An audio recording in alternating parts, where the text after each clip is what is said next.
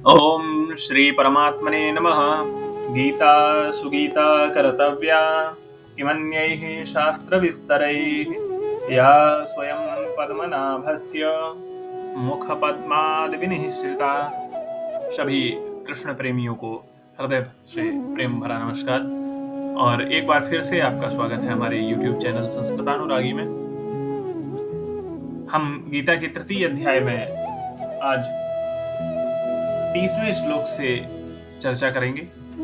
और जैसा कि कल तक हमने देखा कि कैसे व्यक्ति कर्म में एक अज्ञानी व्यक्ति और एक सर्वज्ञ व्यक्ति प्रवृत्त होता है। आत्मज्ञानी मनुष्य को कर्म में क्यों प्रवृत्त होना चाहिए और अज्ञानी कैसे प्रवृत्त होता है इत्यादि बातें भगवान ने कही थी। अब आगे उस कर्म को किस प्रकार करना चाहिए। देखिए, कर्म के लिए हम लोग यहाँ बार बार पढ़ रहे हैं कि ईश्वर ने, भगवान श्री कृष्ण ने हमेशा निष्काम कर्म पर ही बल दिया है। निष्काम कर्म करने से हमें न तो आशा रहती है और जब आशा नहीं होती है तो दुख भी नहीं मिलता है। आगे इसी यात्रा में शुरू करते हैं बिना विलंब के। कहा कि मयि सर्वाणि कर्माणि सन्न्यस्याध्यात्मचेतसा निराशीर्निर्ममो भूत्वा युध्यस्व विगतज्वरः। सभी कर्मों को मुझ में समर्पण करके, इन अंतर्यामी परमेश्वर के अधीन होकर के मैं कर्म करता हूं, इस दृष्टि से निष्काम हो जाओ।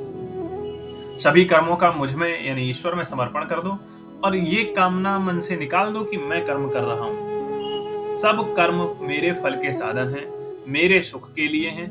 इस प्रकार की ममता से भी रहित हो जाओ और शोक का परित्याग करके युध्यस्व, युद्ध करो। न तो तुम्हारे अंदर आशा हो और ना ही ममता हो। ऐसे निराशी और निर्मम हो करके कर्म करो, ईश्वर को समर्पण करके।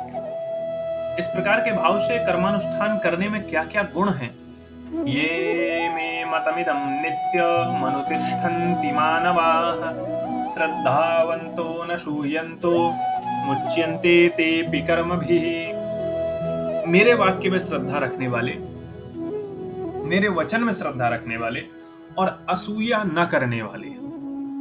असूया अर्थात दुख स्वरूप कर्मों में मुझे प्रवृत्त करते हैं, इस प्रकार की दोष दृष्टि न करने वाले। दोष बुद्धि से रहित मनुष्यों को अनसूय कहा गया है, तो असूया न करने वाले। जो लोग मेरे इस मत का अनुसरण करते हैं वे भी कर्म करते हुए क्रम से पूर्ण ज्ञानी की तरह ही कर्मों से मुक्त हो जाते हैं। जो मनुष्य असूया बुद्धि नहीं रखते हैं, श्रद्धा से युक्त होकर मेरे वचनों का पालन करते हुए निष्काम कर्म करते हैं, वे भी ज्ञानियों की भांति कर्मों से मुक्त हो जाती हैं। ये तो गुण हो गया। अगले श्लोक में कहा कि जो ऐसा काम नहीं करते हैं, इसके विपरीत जो लोग करते हैं आचरण, उसमें क्या दोष है। तो कहा कि ये वेदभ्यसूयन्तो नानुतिष्ठन्ति मे मतम् सर्वज्ञान विमूढ़ांस्तान् विद्धि नष्टान चेतसः। जो लोग मेरे इस मत की अर्थात ईश्वर के निमित्त काम करना चाहिए, इस मेरे वचन की निंदा करते हुए, द्वेष करते हुए, इसके अनुसार कर्म का अनुष्ठान नहीं करते हैं, उनको तुम विवेक शून्य तथा समस्त कर्मों के विषय में और ब्रह्म के विषय में जो भी ज्ञान है उससे विमूढ़ यानी उस ज्ञान को नष्ट ही समझ लो, ऐसा भगवान ने कहा। तो फिर यह महान फलदायक होने के कारण सभी लोग इंद्रियों को वश में करके निष्काम हुए स्वधर्म का ही अनुष्ठान क्यों नहीं करते। सभी लोग ऐसा क्यों नहीं कर लेते हैं। सबको ही ऐसा कर लेना चाहिए जब ऐसी ही बात है। तो अगले श्लोक में इस प्रश्न का उत्तर देते हुए कहते हैं, तदृशं चेष्टते स्वस्याः प्रकृतिर्ज्ञानवानपि प्रकृतिं यान्ति भूतानि निग्रह किं करिष्यति। प्राचीन कर्म यानी संस्कार के अधीन जो स्वभाव है वह प्रकृति है। प्राचीन कर्म और संस्कार के अधीन जो हमारा स्वभाव बन चुका है वह प्रकृति है, और सभी प्राणी प्रकृति की ओर जाते हैं, यानी स्वभाव के अनुसार ही कर्म करते हैं। इस प्रकार की प्रकृति की प्रबलता होने के कारण इंद्रिय निग्रह क्या कर पाएगा? जब प्रकृति यानी स्वभाव की ही प्रबलता है तो कोई इंद्रिय निग्रह कैसे कर पाएगा? और इंद्रिय निग्रह नहीं हो पाएगा तो निष्काम स्वधर्म का अनुष्ठान कैसे सब कर पाएंगे? इस प्रकार यदि पुरुष की प्रवृत्ति स्वभाव के ही अधीन है, फिर से एक आशंका आती है कि अगर पुरुष की प्रकृति स्वभाव के ही अधीन है कि स्वभाव के अनुसार ही पुरुष कर्म करेगा, तो विधि और निषेध क्यों बार बार बता रहे हैं कि ऐसा करना चाहिए, ऐसा नहीं करना चाहिए? इस आशंका पर अगले श्लोक में कहा है, इंद्रियस्येन्द्रियस्यार्थे रागद्वेषौ व्यवस्थितौ तयोर्न वशमागच्छेत् तौ यस्य परिपन्थिनौ। यदि सभी जीव अपनी अपनी प्रकृति के अनुसार ही चेष्टा करते हैं, प्रकृति से कोई रहित है ही नहीं, तो पुरुष के प्रयत्न की आवश्यकता न रहने से विधि निषेध बताने वाला शास्त्र निरर्थक है। इस पर यही श्लोक बताया है कि इंद्रिय के अर्थ में, अर्थात सभी इंद्रियों के जितने भी विषय हैं, शब्द आदि, राग और द्वेष हैं। अर्थात जो हमारे लिए अच्छा है उसमें हमारा राग है, और जो अच्छा नहीं है उसमें द्वेष है। तो ऐसे प्रत्येक इंद्रिय के कर्म में राग और द्वेष दोनों उपस्थित रहते हैं। तो वहां पुरुष प्रयत्न की और शास्त्र की आवश्यकता का विषय इस प्रकार बताते हैं कि शास्त्रानुसार आचरण करने में लगे हुए मनुष्य को चाहिए कि पहले से ही राग द्वेष के वश में न हो। अर्थ यह है कि मनुष्य की जो प्रकृति है वह राग द्वेष पूर्वक ही अपने कार्य में मनुष्य को नियुक्त करती है। जो हमारे लिए राग पूर्वक कार्य है, जो हमें अच्छा लगता है, वह हम करेंगे, जो द्वेष है उसमें नहीं करेंगे। तो स्वाभाविक ही स्वधर्म का त्याग और परधर्म का अनुष्ठान हो जाता है। परंतु जब जीव प्रतिपक्ष भावना से राग द्वेष का संयम कर लेता है, तब केवल शास्त्र दृष्टि वाला होता है, फिर यह प्रकृति के वश में नहीं रहता है। इसलिए कहते हैं कि मनुष्य को राग द्वेष के वश में नहीं होना चाहिए, क्योंकि राग द्वेष ही जीव के परिपंथी हैं, यानी चोर की तरह कल्याण के रास्ते में विघ्न उत्पन्न करने वाले हैं, मनुष्य के शत्रु हैं। तो कभी भी मनुष्य को राग द्वेष में नहीं रहना चाहिए, राग द्वेष से हट करके कर्म करना चाहिए, कर्म का अनुष्ठान करना चाहिए। अगला श्लोक कहा है, श्रेयान् स्वधर्मो विगुणः परधर्मात् स्वनुष्ठितात् स्वधर्मे निधनं श्रेयः परधर्मो भयावह।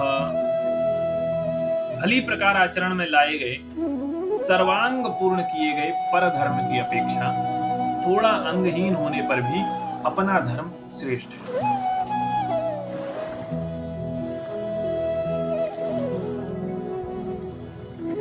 राग द्वेष युक्त मनुष्य तो शास्त्र के अर्थ को भी उल्टा मान लेता है और परधर्म को भी धर्म होने के नाते आचरण करने योग्य मान बैठता है, परंतु उसका ऐसा मानना भूल है।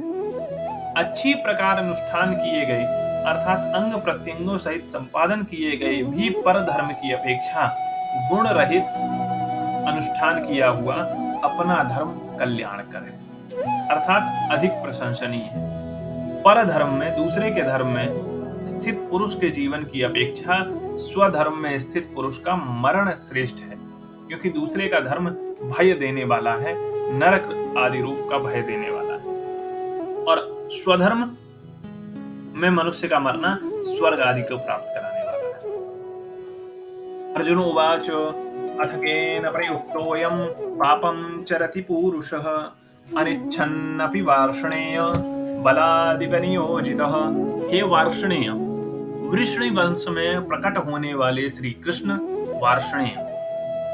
धर्मशास्त्रों की परंपरा के अनुसार यहाँ अर्जुन विचाराधीन प्रकरण पर एक निश्चित प्रश्न पूछता है, और इस प्रश्न से ही ज्ञात होता है कि अर्जुन अपनी प्रारंभिक स्थिति से बाहर आ चुका है, मोह से बाहर आने लगा है, और अब उसने आत्मनिरीक्षण भी प्रारंभ कर दिया है, जिसके परिणाम स्वरूप उसे अपने ही मन में कुछ ऐसे गुण अथवा शक्तियां कार्य कर रही अनुभव हुई, जो उसके उच्च गुणों की अभिव्यक्ति में बाधक बनकर उसके प्रभाव को नष्ट कर दी। उसका प्रश्न ऐसे परिचित शब्दों में पूछा गया है, लगता है मानो आज भी कोई विद्यार्थी इस प्रश्न को पूछ रहा हो। कोई मनुष्य ऐसा नहीं है जिसे कुछ मात्रा में सही, अच्छे और बुरे का, पुण्य और पाप का ज्ञान न हो। हम कोई भी कर्म करते हैं तो हमें अपने कर्म का भान होता है कि हम यह पुण्य कर्म कर रहे हैं या पाप कर्म कर रहे हैं। बुद्धि से प्रत्येक व्यक्ति जानता है कि पुण्य क्या है, किंतु जब कर्म करने का समय आता है तब पाप में ही उसकी प्रवृत्ति होती है। यह एक दुर्भाग्यपूर्ण विडंबना है। हमारे हृदय में स्थित जो दैवीय गुण हैं, वो व्यक्त होकर श्रेष्ठतर उपलब्धि प्राप्त कराना चाहते हैं। जो हमारे अंदर अच्छे गुण हैं, वो पुण्य की ओर हमको प्रवृत्त करते हैं, परंतु जो पाशविक प्रवृत्तियां हमें प्रलोभित करके उस श्रेय मार्ग से दूर ले जाती हैं और हम निम्न स्तर के शारीरिक सुखों में ही रमण करते रहते हैं। अधिकांश समय हमारी अनिच्छा से ही यह सब होता रहता है। अर्जुन पूछता है, मन में बैठे इस राक्षस का स्वरूप क्या है, जो हमें स्थित दैवी गुणों का, हमारे अंदर जो दैवी गुण स्थित हैं, उनको सही सुनियोजित ढंग से लूट ले जाता है। इस प्रश्न का उत्तर भगवान अगले श्लोक में देते हैं और उसको हम कल की श्रृंखला में, कल के वीडियो में आपके साथ चर्चा करेंगे। आज की हमारी श्रृंखला यहीं पर विराम लेती है। हमारे साथ जुड़ने के लिए धन्यवाद। आपका हृदय से आभार। जय श्री कृष्ण।